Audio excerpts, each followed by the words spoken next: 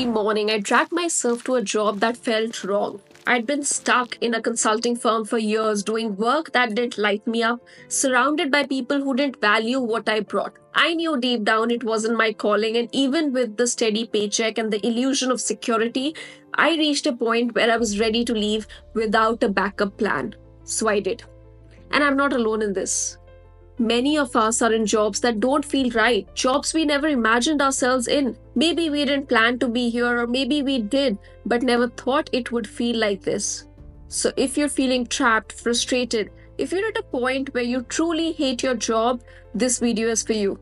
So, stick around because I'm going to share how you can get out. Not only get out, but find yourself in a role that feels fulfilling, one that brings you stability and happiness. And I'll be sharing insights not only from my own journey, but from the stories of my clients who have carved out careers that actually make them come alive. But before all of that, you have to understand this feeling of hate and unhappiness, as intense as it is today, is actually a message. And if you understand it right, it might be a powerful guide. So let me break this video down into 3 parts. First is understanding. Second is getting better at it for now. And third is building your approach to it. So let's start with understanding, and more specifically, understanding what it is that you really hate. So get deeper with yourself. When we say we hate our job, it feels like a blanket statement, but it's usually more layered than that. Ask yourself, what exactly is causing this? Is it the nature of the work itself? Maybe it's monotonous or doesn't challenge you. Or maybe it's the environment. Could be the management style, the lack of recognition, or a toxic coworker. Or perhaps it's not even the job, but how it makes you feel. Overwhelmed, underwhelmed, bored, undervalued, whatever that feeling is. If any of this sounds familiar, I want you to know something. Identifying the root of your exact dissatisfaction is the first step to any real change.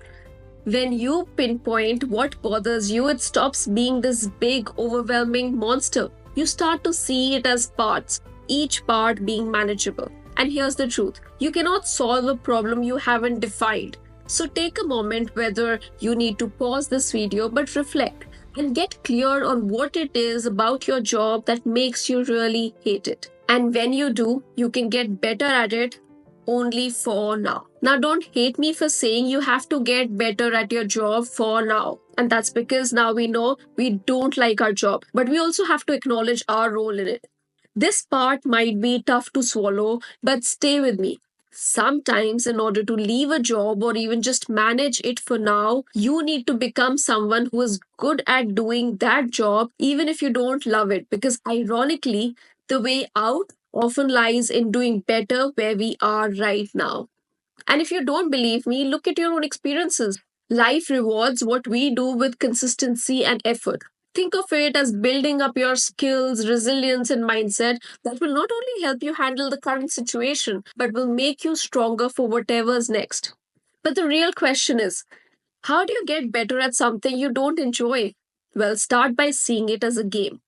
Make it playful. This playfulness isn't just to make you feel better, it's actually backed by psychology. When you approach tasks with a sense of play, your brain feels less stressed, more open, and more productive. Studies show that when we bring even a hint of curiosity or joy to a task, we do it better. So, can you bring something fresh to a routine task?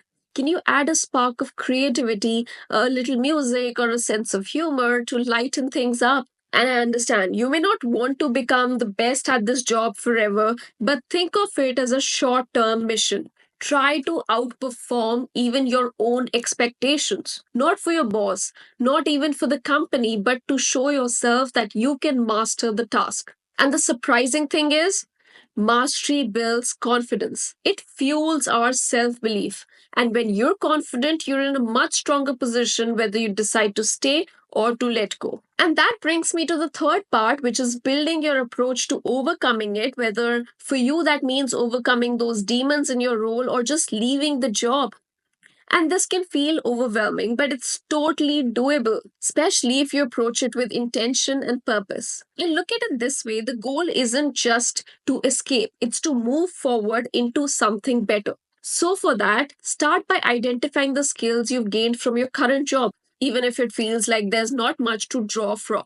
Think about it. Maybe you've developed patience through challenging projects or learned how to manage conflict with difficult coworkers. Maybe you've become more adaptable or built resilience by sticking it out. These are all transferable skills and they're incredibly valuable.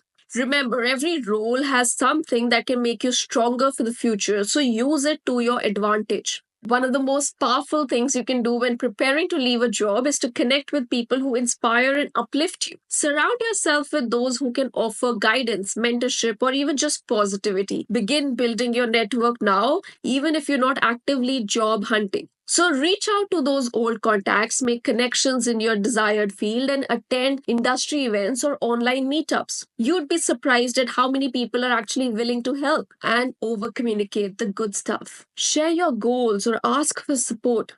If you feel low, remember there was a time when you didn't know how you'd made it this far. And you've already done it before, so trust that you can do it again. Leaving a job doesn't happen overnight. It's usually a series of small steps that add up over time.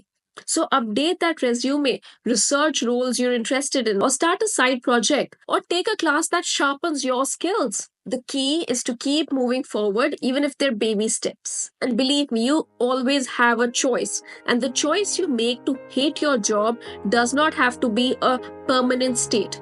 If you stuck with me till here, you will most certainly like this next video right here. I will see you there. Bye.